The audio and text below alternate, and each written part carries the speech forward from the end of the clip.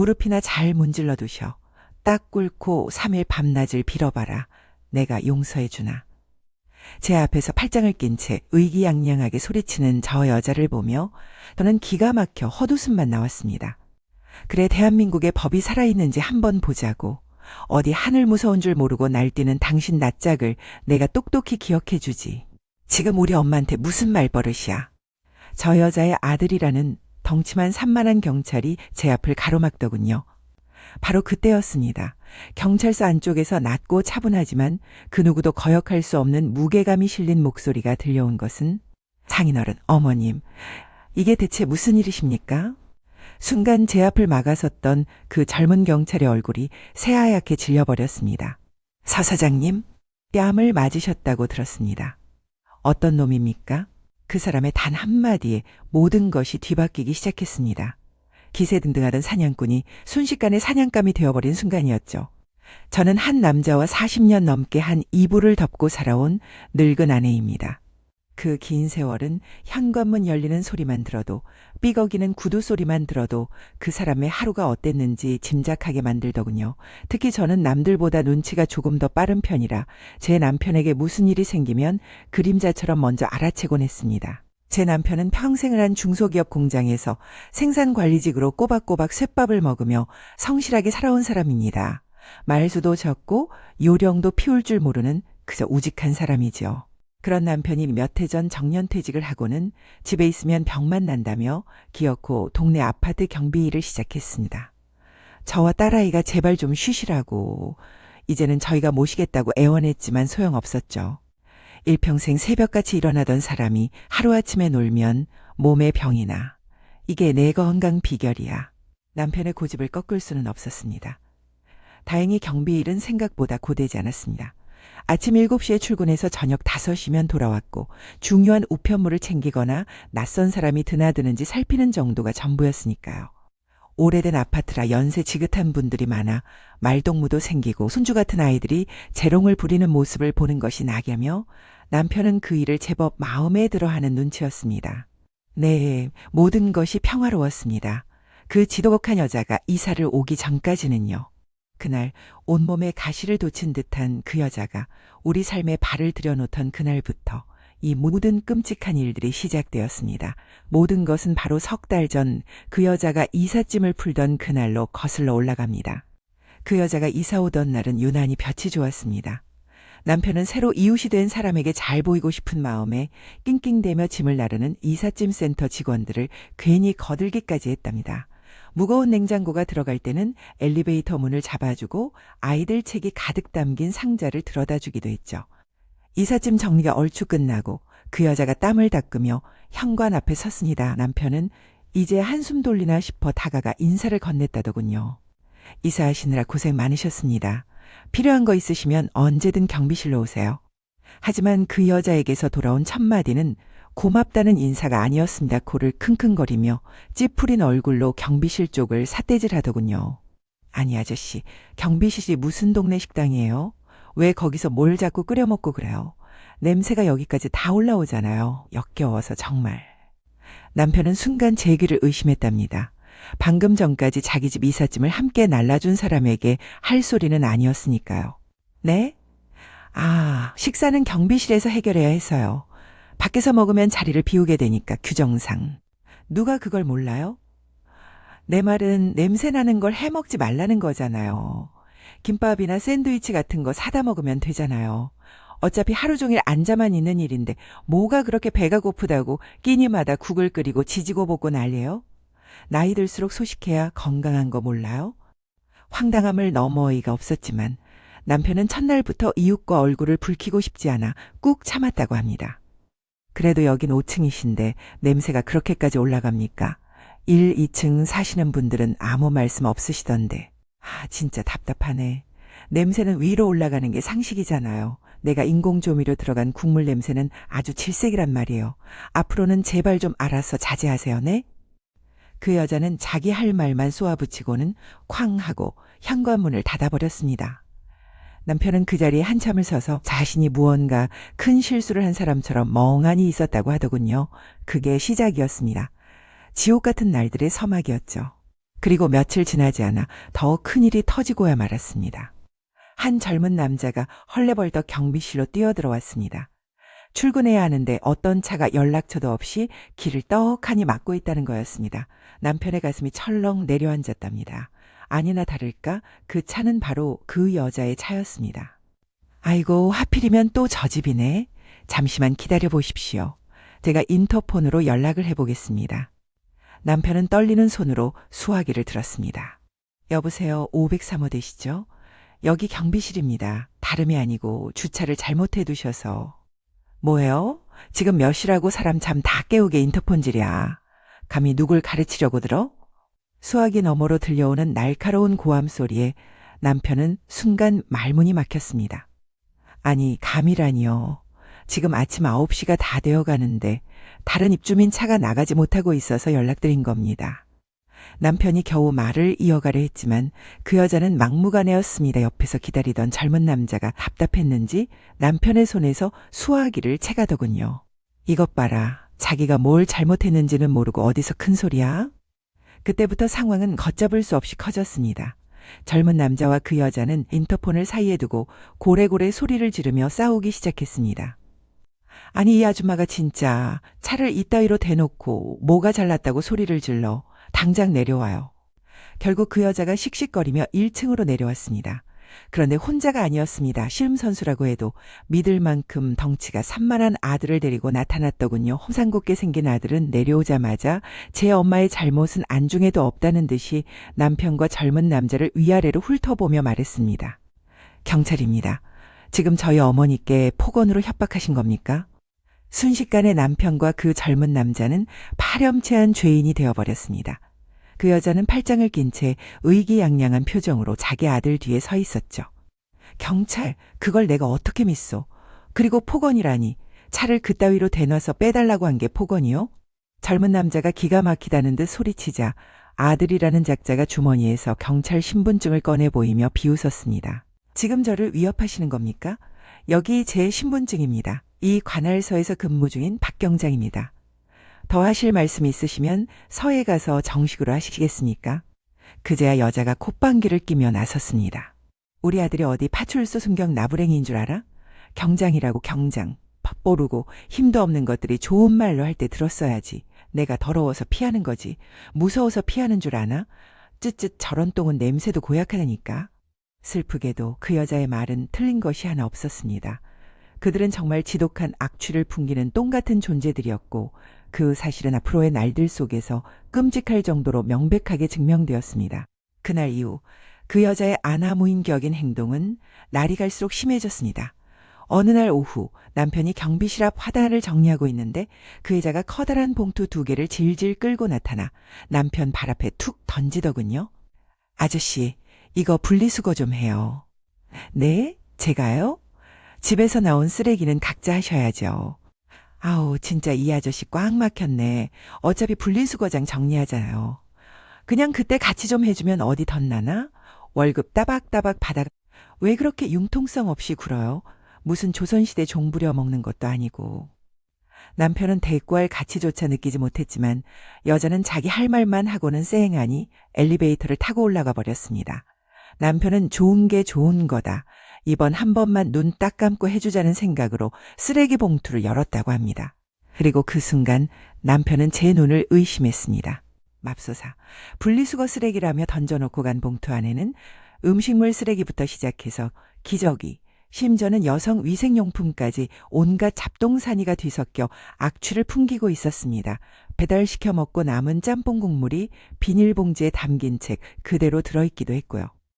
오랜 세월 묵묵히 살아온 남편의 인내심도 그 순간 바닥을 드러내고 말았습니다. 이 여자가 보자 하니까 사람을 뭘로 보고. 분노에 휩싸인 남편은 그 악취나는 쓰레기 봉투를 그대로 들고 5층으로 올라갔습니다. 그리고 503호의 초인종을 눌렀습니다. 하지만 방금 전에 올라간 것이 분명한데도 안에서는 아무런 대답이 없었습니다. 저기요, 503호. 안에 계신 거 다 압니다. 당장 나오세요. 남편이 문을 두드리고 소리를 질러도 집안은 쥐죽은 듯 고요했습니다. 오히려 소란에 놀란 앞집과 옆집 사람들이 문을 열고 내다볼 뿐이었죠. 아저씨, 무슨 일이세요? 아니, 이 집 여자가 이 쓰레기를 저더러 버리라고 경비실에 던져놓고 갔지 뭡니까? 그때 옆집에 사는 젊은 새댁이 한숨을 푹 쉬며 남편에게 말했습니다. 아저씨, 그냥 포기하세요. 포기하면 편해요. 그리고는 그 여자가 얼마나 상식이 없는 사람인지에 대한 일화를 들려주었습니다. 얼마 전 그 새댁이 중국집에서 마파두부밥을 시켜 먹으려고 문 앞에 잠시 놓아두었는데 그 여자가 태연하게 나타나서는 반 이상을 덜어갔다는 겁니다. 애기 엄마네? 내가 안 그래도 마파두부가 딱 먹고 싶었는데 잘 됐네. 어차피 애들도 어리고 이거 다 못 먹잖아. 내가 좀 덜어갈게. 이웃끼리 나눠 먹는 셈 치자고. 괜찮지? 새댁이 기가 막혀 그건 나눠 먹는 게 아니라 도둑질이죠. 하고 쏘아붙이자 그 여자는 오히려 큰 소리를 쳤다고 합니다. 뭐? 도둑? 야, 내 아들이 경찰이야. 젊은 것이 싸가지도 없고 정도 없네. 덜어서 안 먹어. 그러고는 덜어갔던 마파두부밥을 새댁의 집 현관문 앞에 그대로 내던지고 들어가 버렸다는 겁니다. 그 이후로 새댁은 배달 음식을 시키면 1층까지 직접 내려가서 받아온다고 했습니다. 그냥 정신 나간 여자예요. 상대하면 나만 이상한 사람 되니까 그냥 똥 밟았다 생각하고 넘기시는 게 상책이에요. 이웃의 말을 듣고 한숨을 쉰 남편이 그래 내가 미친 여자랑 싸워서 뭐 하겠나 싶어 돌아서려던 바로 그 순간이었습니다. 엘리베이터 문이 열리면서 그 경찰 아들이 저벅저벅 걸어 나왔습니다. 위협 및 협박 신고받고 출동했습니다. 남편은 정말이지 하늘이 노래지는 기분을 느꼈다고 합니다. 아니 이보시오 경찰 양반. 내가 지금 무슨 위협을 했다고. 남편이 억울함을 토로하려던 찰나 굳게 닫혀있던 503호 문 안에서 갑자기 서러운 울음소리가 터져나왔습니다. 아이고 무서워서 못 살겠네. 내가 무슨 큰 죄를 졌다고 없는 말 지어내서 모함하는 것도 서러운데 이젠 쓰레기까지 들고 와서 문 앞에서 테러하겠다고 협박을 하네. 대한민국에 법도 없어요? 무서워서 살 수가 없어.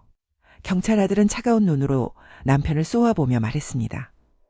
지금 주거침입 시도, 쓰레기 테러, 협박 혐의로 신고가 들어왔습니다. 맞습니까?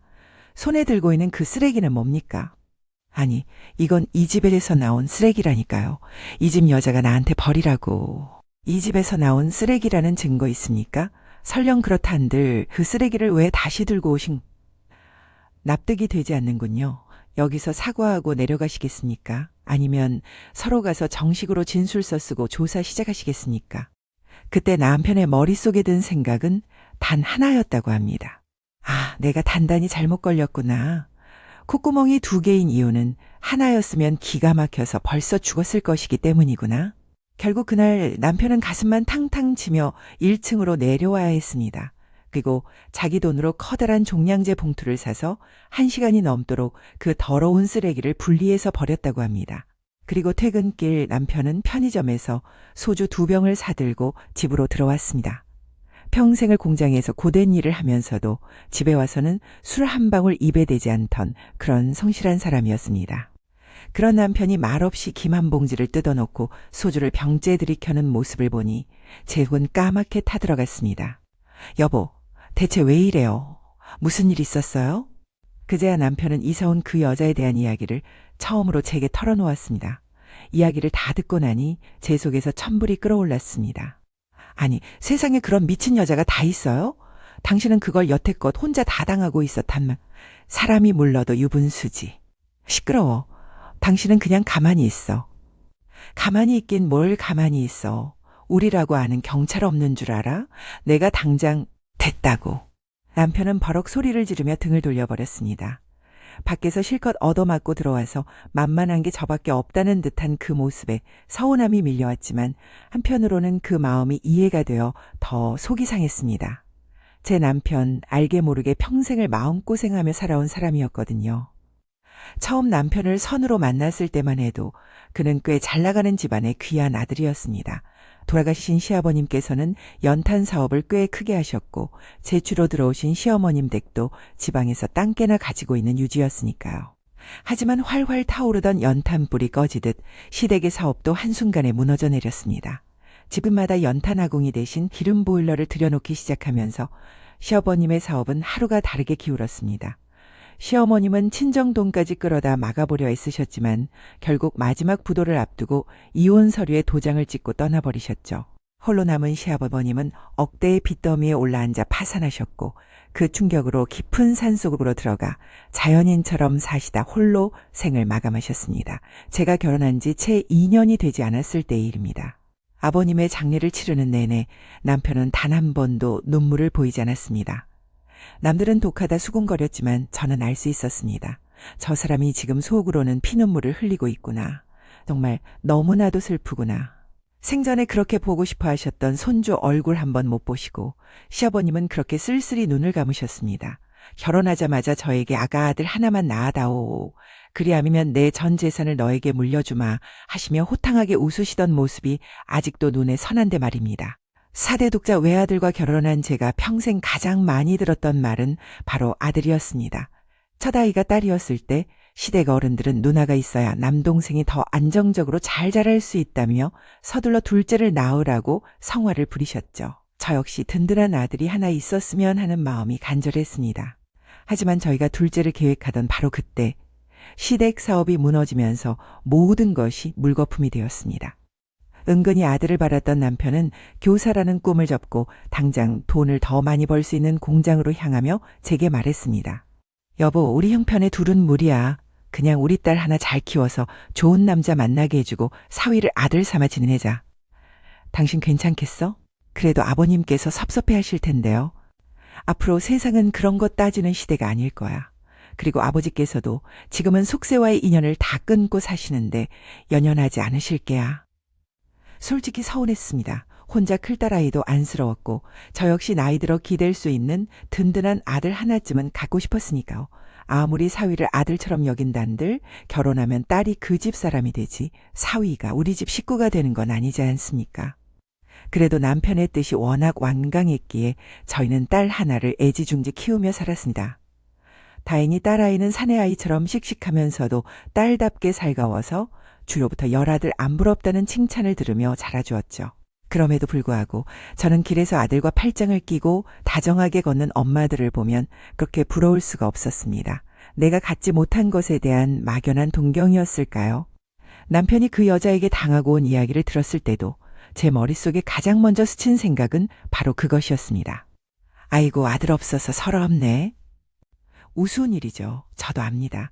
하지만 그 이상한 여자의 아들이 제 엄마 편을 들며 남편에게 삿대질을 했다는 이야기를 들으니 가백에 왈칵 서러움이 밀려왔습니다.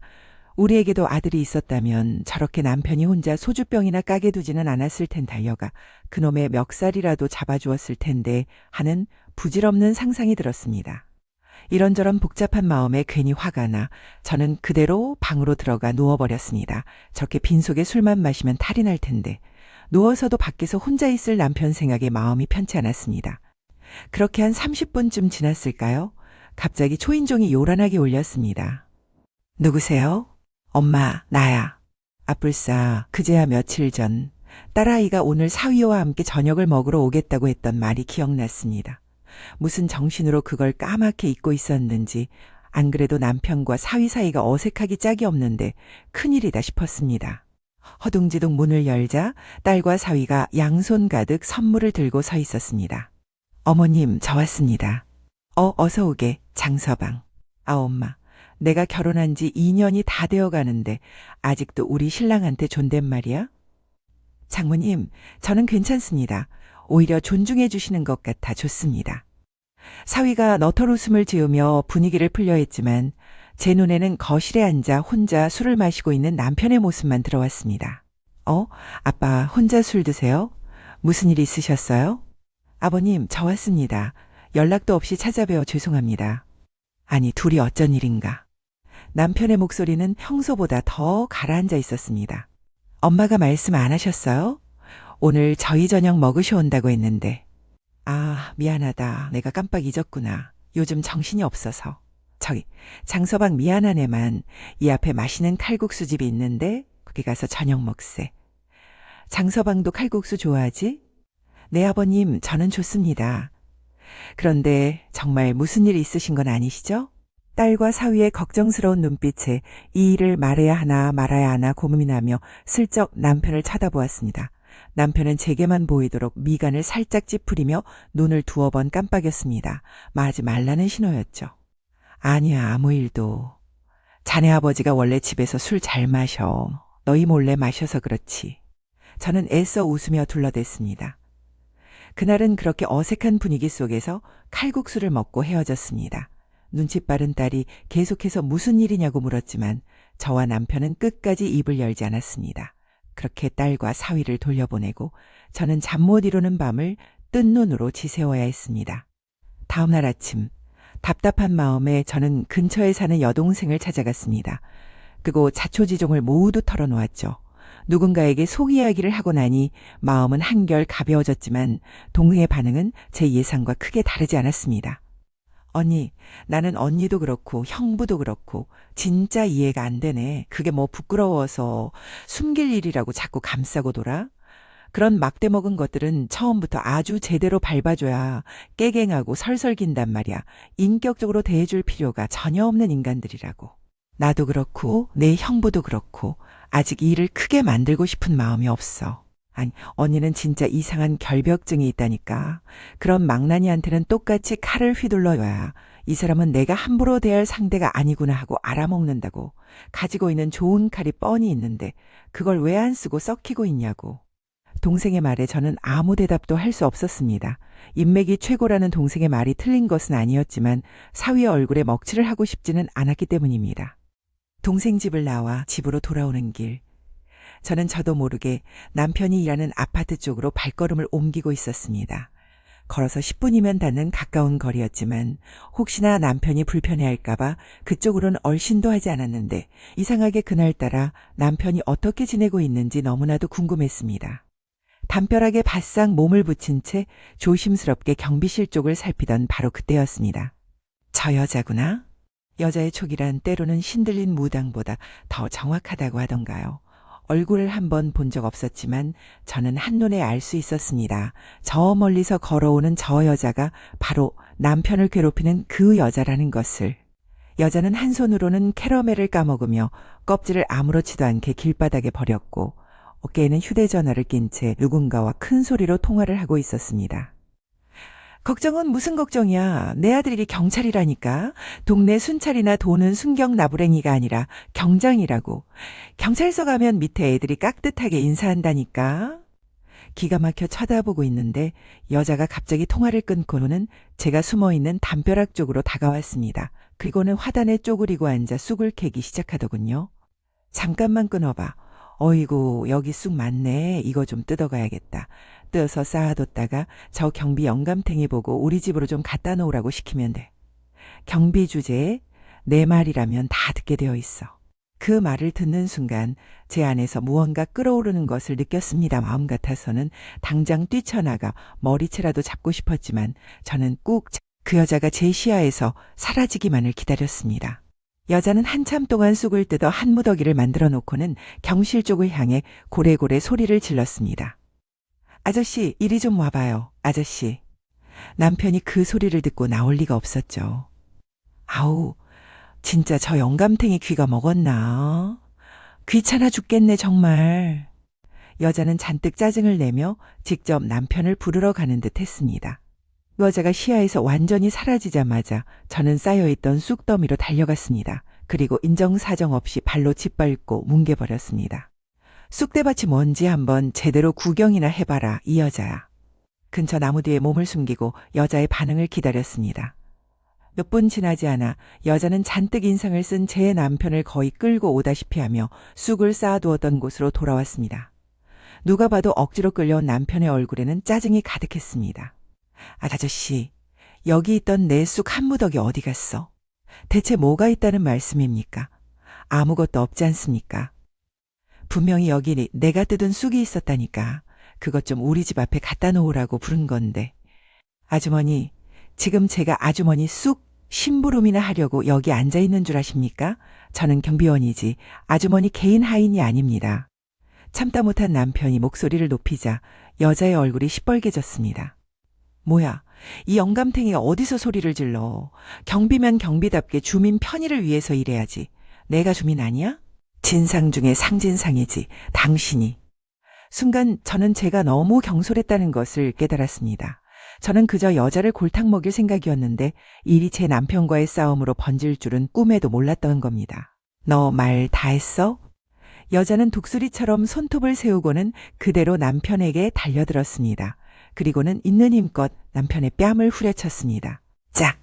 세상에, 저조차도 평생 한번 건드려 본 적 없는 남편의 뺨을 저 미친 여자가 때린 겁니다. 난생 처음 여자에게 뺨을 맞은 남편은 넋이 나간 사람처럼 그 자리에 우두커니 서 있었습니다. 그 모습을 본 순간 제 눈이 뒤집혔습니다. 숨어있던 저는 들고 있던 가방을 휘둘러 그대로 여자의 뒤통수를 가격했습니다. 대가리에 똥 만든 줄 알았더니 그것조차 안 들었나 보네. 어디서 빈 깡통 깨지는 소리가 나. 뒤통수를 맞은 여자는 귀신이라도 본 듯한 표정으로 저와 남편을 번갈아 쳐다보았습니다. 넌 또 뭐야? 마누라다. 왜? 그렇게 저와 그 여자의 난투극이 시작되었습니다.